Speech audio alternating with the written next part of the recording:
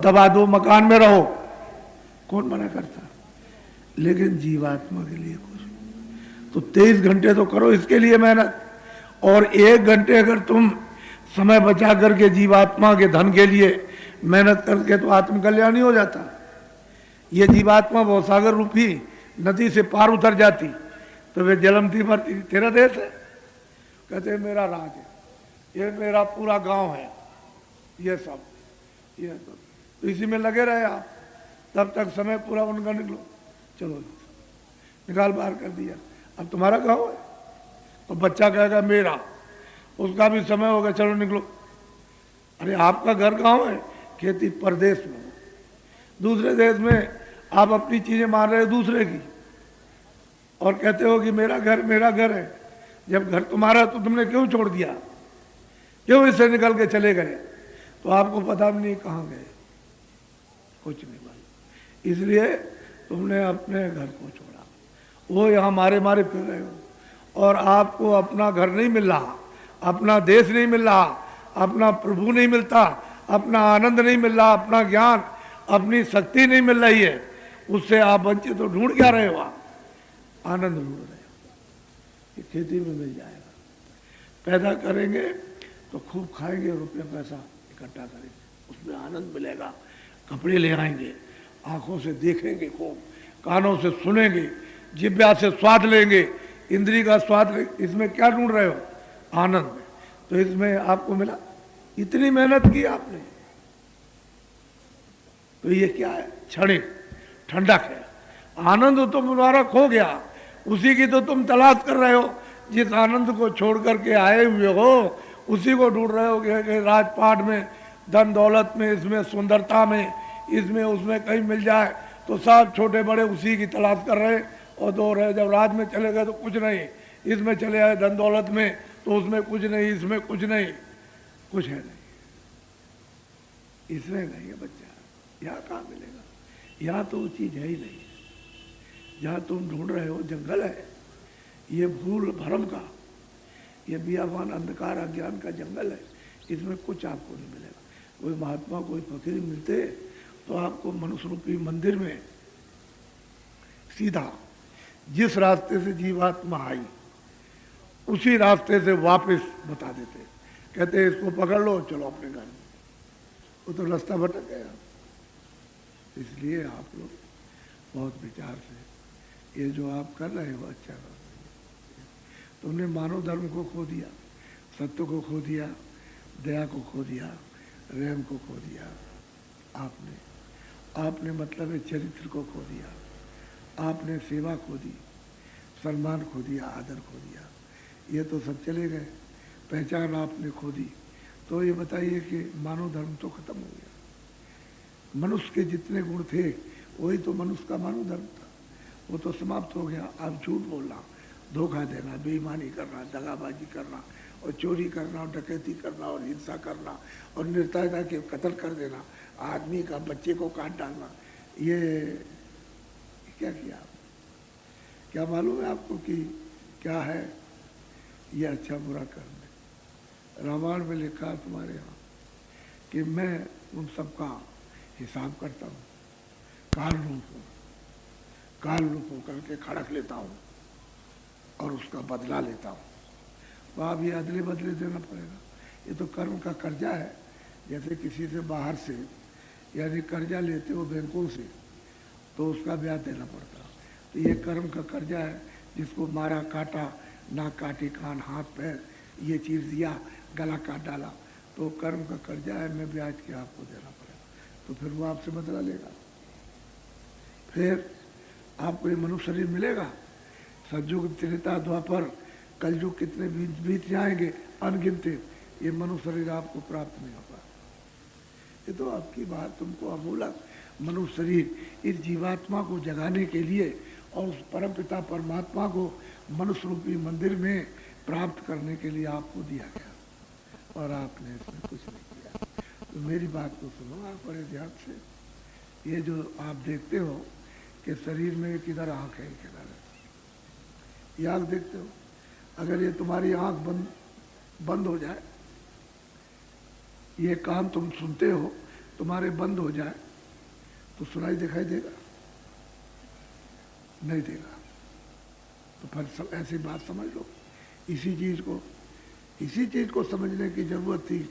जब तुम ऊपर से इन्हीं रास्ते से भेजे गए थे, तुम्हारी आत्माओं की जमीन यहाँ तो नहीं है, ये तो जमीन शरीर की है। ये जो शरीर है ये पशुओं का, मनुष्य का, परिंदों का, ये कीड़ों का ये शरीर, उसकी ये जमीन है, और तुम्हारा सबका आसमान ऊपर। लेकिन जो जीवात्मा तुम्हारे अंदर बैठी है, बंद है, उसकी जमीन ऊपर है और आसमान नीचे है। जमीन ऊपर है, आसमान नीचे है। ये जीवात्माओं की जमीन नहीं है। वो तो बहुत सुंदर जमीन, बहुत खूबसूरत जमीन, बहुत आनंदित जमीन है, बहुत शक्ति ज्ञान की जमीन है। ये क्या, ये तो मतलब ही है। आप देख लो इसको, ये शरीर की है, जड़ की। शरीर क्या है? जड़ है। लेकिन चलता फिरता क्यों है? इसमें चेतन जीवात्मा जो भगवान का अंश है वो इसमें बैठा हुआ। तो अब ये बताओ, तुमने कभी ये सुना? बड़े बड़े डॉक्टर, बड़े बड़े वैज्ञानिक भारत में आए, बहुत रिसर्च कर रहे हैं, और उन्होंने रिसर्च किया कि भाई इस शरीर के अंदर कौन रहता। तो आले में एक शरीर में आने वाले नहीं। एक बालू का एक छोटा सा कण, एक जर्रा उठा लिया जाए, उसके 1,00,000 टुकड़े कर दो, उससे भी जीवात्मा छोटी है इसमें। अब तुमसे पूछा जाए कि शरीर के अंदर जीवात्मा कहाँ बैठी हुई है, तो आप नहीं बता सकते हो। तुम मेरी तरफ सुनो, तुम तो पढ़े लिखे हो, समझदार हो। ये देखो इधर, इस शरीर में बैठी हुई है वो जीवात्मा। तो कहाँ? यहाँ नहीं है, इधर नहीं बैठी, न यहाँ पर है, न वो इधर है, न इधर नाभि में है, न इंद्रिय द्वार में, और न गुदा चक्र में, कहीं नहीं। यही नहीं यहाँ पर। मेरी तरफ सुनो ध्यान से। ये जीवात्मा इधर देखो, दोनों आँखों के मध्य भाग में, दरमियान में ये बैठी हुई है। इधर ये, इधर देखो, ये इसका डंडा, ये आकाश का डंडा। ये आंखें बंद हो जाएंगी तो आकाश नीचे, ये, और आँख खुल जाएगी तो ये आकाश ऊपर है। ये यहाँ बीचों बीच में बैठी है, इधर ये डंडा है। तो इसके आगे उधर कुछ नहीं, इधर ये मृतलोक है, ये बीचों बीच में बैठी है। तो जीवात्मा में, उस रूह में, उस सोल में एक आँख है। शरीर में 2 आँखें, कितनी आँख हुई? बोलो। 3 आँखें हुई। ये जीवात्मा बैठी हुई है, उस जीवात्मा में 1 कान, उस रूह में 1 कान, और शरीर में 2 कान। कितने कान हुए?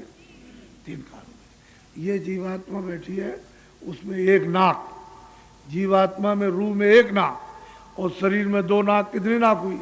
तो तुमने कभी किसी से सुना भी था कि 3 आंखें होती, 3 कान होते, 3 नाक? अब तुम ये नया, ये हमारा आध्यात्मिक विज्ञान है, ईश्वरी विज्ञान है। ये हमेशा रहता है, इसको कोई लोप नहीं कर सकता।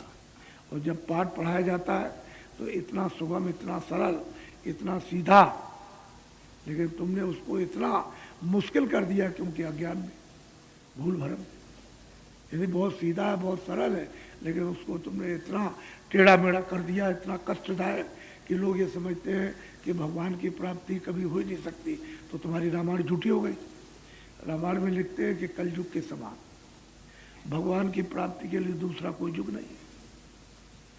सतयुग, त्रेता, द्वापर कुछ नहीं, कलयुग ही में भगवान मिलते हैं। लेकिन तुमने कभी ये सोचा है कि कैसे भगवान का दर्शन होगा?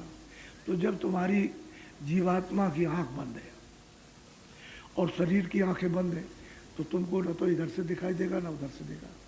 अगर जीवात्मा की आंख खुल जाए, तीसरी आंख ज्ञान चक्षु दिव्य नेत्र खुल जाए, तो तुमको स्वर्ग भी मिल सकता है, वैकुंठ भी मिल सकता है, और परम पिता परमात्मा का जो ईश्वर है उसका साक्षात्कार, और उसके बाद ब्रह्म का भी साक्षात्कार, उसके बाद पार ब्रह्म का भी साक्षात्कार कर सकते हो। लेकिन तुम्हारी आंख खुल जाए। पर ये आंख बंद क्यों हो गई? कि तुमको अधिकार दे दिया अच्छे बुरे कर्मों का, कि जो तुम चाहो सो करो, और पाप और पुण्य, हमारी तरफ से कोई रोका टोकी नहीं है। तो आपने मतलब ये अधिकार पाकर फिर आपने पाप पुण्य, पाप पुण्य, पाप पुण्य, तो ये सब गंदगी आपने, ये सब की सब, ये उसका हृदय, ये नीचे हृदय नहीं है। इधर देखो, इस डंडे के नीचे हृदय नहीं, इसके ऊपर है, इस आकाश के ऊपर जीवात्मा का हृदय, तो जो कुछ भी तुमने पाप पुण्य अच्छा बुरा जो कुछ भी आपने किया है छोटा बड़ा, ये सब इसके ऊपर जमा है। वहाँ आग तो जाएगी नहीं, और ये जल भी नदियों पर ही जाएगा, ना आपके कुओं का जाएगा, ना पाइप का जाएगा जो धो देगा साफ कर देगा, ये तो कुछ नहीं। तुम्हारा शरीर ही जिंदा जला दिया जाए तो वो पाप नहीं जलते। ऐसी जगह उसने जमा कर रखी है, उन्हीं का तो हिसाब होता है। तुम जो कुछ भी सुबह शाम कर रहे हो, 60 बरस 70 बरस 80 बरस तक किया, तुमने जो कुछ भी वो सब वहाँ लिख रहा। तुम्हारा जिसके साथ जो किया वो सब वहाँ पर है। और जब तुम यहाँ से इस किराए के मकान से वहाँ ले जाओगे तो वहाँ तो कोई अंधेरा है नहीं, उजाला ही है। तो वो नक्शा ऐसे फैला दिया जाएगा पूरा का पूरा वर्षों का। और जिसके साथ जो कर रहे हो वो सामने है। वो पूछेगा कि भाई तुमको तो ये बताया था कि बुरा काम, ये अच्छा काम, बुरे काम को मत करना, अच्छे काम को करना तुमको अधिकार दिया था, तो तुमने अच्छा काम नहीं किया, ये तुमने क्या किया, ये कर रहे हो, ये क्या किया तुमने। तो वो पूछेगा भाई हमने भेजा था महात्माओं को, किताबों को लिखवाया था, तो तुमने उसको नहीं पढ़ा, महात्मा कोई नहीं मिले, आप क्या जवाब दोगे। वहां तो सबने कहा इसलिए आप आए थे अरे जीवात्मा को जगाने के लिए। ये दरवाजे पर बैठ गई, ऊपर जाने का रास्ता है और फिर इसको नीचे गड्ढे में लिए चले जा रहे हो, तो बताओ फिर तुम्हारा ये मानव जीवन का क्या लाभ हुआ। मनुष्य जीवन खाने के लिए, सोने के लिए, भोगने के लिए, गाली गलौज, चोरी चमारी या बेईमानी दगेबाजी करने के लिए या कत्ल हिंसा के लिए नहीं दिया गया, आत्म कल्याण के लिए। मनुष्य शरीर अनमोल साधना का धाम है, इसी से लोगों ने प्राप्त करते किताबों में लिखा, देख करके लिखा, देख लिखे। तो आप लोगों ने बड़ा भारी अपना नुकसान कर दिया, इसमें आप फंस गया करके, इसलिए आप नहीं समझते। इसी तरह से हमारे कान बंद हो गए तो भगवान की देववाणी क्यों नहीं सुन पाते हो कि कान बंद हो गए तुम्हारे। जीवात्मा के कान जब बंद हैं उस कूड़े कचड़े से, जैसे बाहर के कान बंद हो जाए तो किसी की आवाज़ नहीं सुनोगे, चाहे तुम्हारी माँ हो चाहे तुम्हारा पिता हो, किसी की आवाज़ नहीं सुन सकते हो, कोई भी हो, क्योंकि कान बंद हो गए। किसी के रूप को नहीं देख सकते हो क्योंकि आंखें बंद हो गई। ऐसे ही जीवात्मा की आंख, कान बंद हो गई, नाक बंद हो गई, तो बेचारी कुछ नहीं कर सकती। उसका कूड़ा कचड़ा हटा दो तो आँख खुल जाए। लेकिन जब बाहर की आँख कान बंद होते हैं तो दौड़ के डॉक्टर के पास जाते हो कि बड़ी मेहरबानी, बड़ी दया कीजिए और मेरे आँख कान नाक बंद हो गई, तो दया करके दवा दे दीजिए। पैसे तो लेगा ही, लेकिन फिर भी उससे दया मांगते हो। ऐसे ही तुम किसी महात्मा फकीर के पास जाते जिसने उसको प्राप्त किया कि भाई मेरी आंख और कान बंद हो गई, मैं कैसे उसको देख सकता हूँ, तो दया करवा करके आप कोई अंजन लगा दीजिए तो मेरी दिमाग ठीक हो जाए, साफ हो जाए, खुल जाए, कान खुल जाए। तो भगवान की देववाणी सुनाई देने लगे और मतलब उसका साक्षात्कार। यानी साक्षात्कार तो दिव्य दृष्टि से स्वर्ग का, वैकुंठ का, और मतलब है शक्ति लोग और ईश्वर के लोगों का तो ऐसे ही होता है जैसे आप तो अंधेरे में हो। ये प्रकार तो कुछ नहीं है, ये तो कुछ नहीं।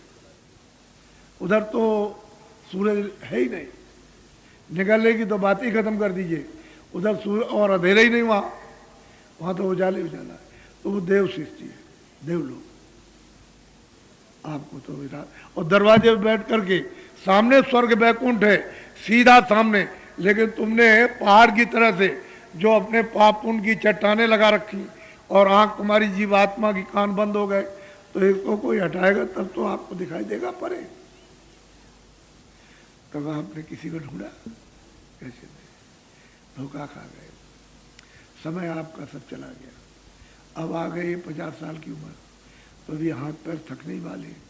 तुम नहीं जानते हो कि बचपन में कुछ नहीं होता, बच्चा होता कुछ नहीं कर सकता, और बुढ़ा होता तो कुछ नहीं, उसके बस की बात नहीं। अब ये जो कुछ भी काम करना है, खेती करो, दुकान करो, दफ्तर का काम करो, इसी के साथ साथ जवानी के इसको भी थोड़ा सा बचा लो, इसी में से तो परमात्मा की प्राप्ति हो जाएगी। और तुमने इसमें से थोड़ा समय नहीं बचाया तो कुछ नहीं, फिर बाद में कुछ नहीं कर सकते। तो 23 घंटे इसमें और 1 घंटा इसके लिए बचा लो, तो जल्दी से तुम्हारा काम हो जाए। ये तो भारत का विज्ञान सिरमौर है, ये तो भारत में रहता है। क्या वो मीरा, क्या वो कबीर, क्या मतलब ये है कि रैदास कुछ पढ़े लिखे थे, कोई यूनिवर्सिटी कॉलेज में पढ़ते थे। लेकिन देखो आज यही तो सोचने की चीज है कि आध्यात्मिक ज्ञान अलग है, भौतिक बुद्धि ज्ञान अलग। भौतिक बुद्धि ज्ञान जितना भी है सब नाशवान, आध्यात्मिक ज्ञान जितना भी है सब अचल है, अस्थाई है। तो ये है कि दो अलग अलग है, वो चैतन्यता का, ये जड़ता का। ये बुद्धि ज्ञान जड़ता का, ये सब जड़ चीजें।